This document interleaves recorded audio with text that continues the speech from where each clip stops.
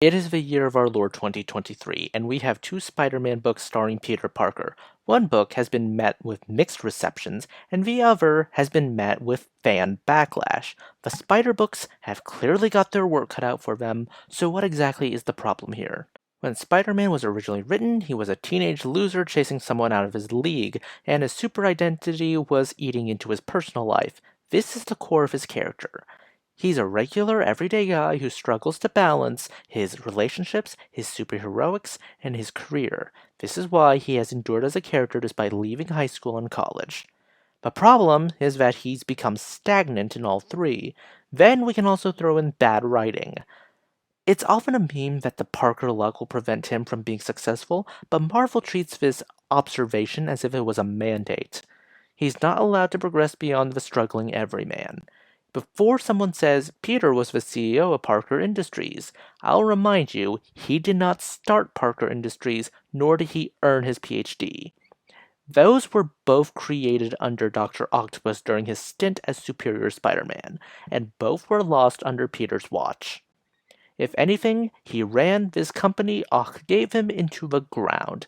He's not allowed to have his own success. He's only allowed to destroy the success others gave him.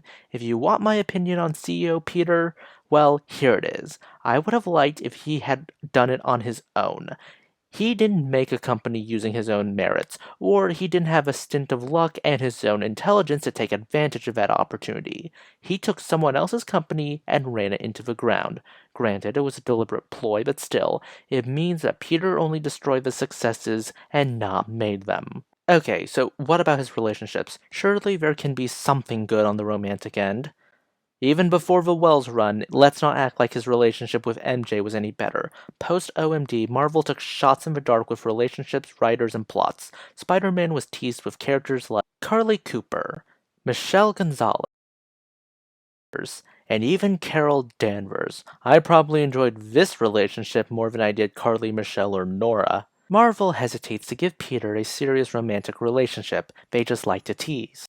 The problem with teasing is that when it's sustained for a long period of time, it just makes the possible relationship look toxic because of a lack of trust and plenty of opportunity for bad writing. I would make a Miraculous joke, but at least Miraculous didn't sell Adrian and Marinette's love to the devil.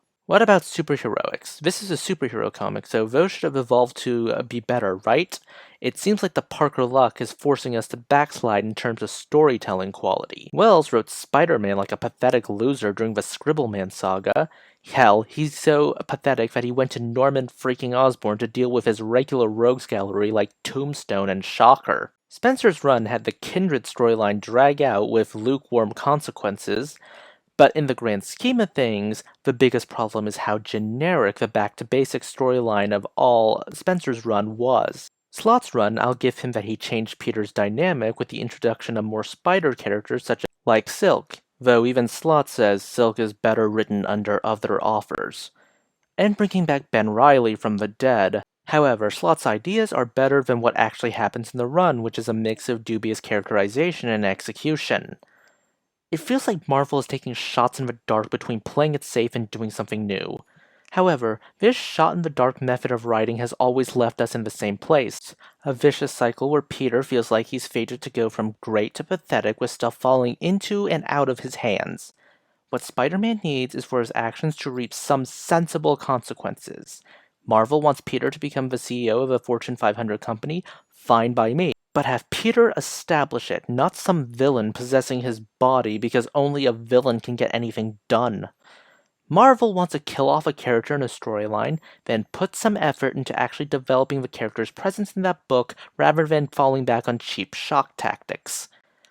Marvel wants to strain the relationship between Peter and MJ, then bother showing us the relationship issues, not sell us some stupid narrative about her perfect boyfriend who doesn't do anything to prove he's anything but, and some kiss to justify why she's with him. That's dumb. Hell, give Peter's supporting cast something to do other than to take up ink and page space.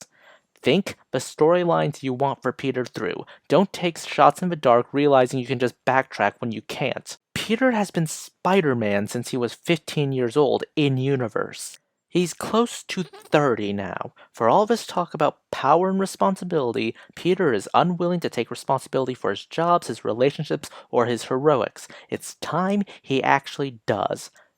Thank you for listening to my rant. Please like and subscribe. Tip the channel on Ko-fi. This is Cyril signing off.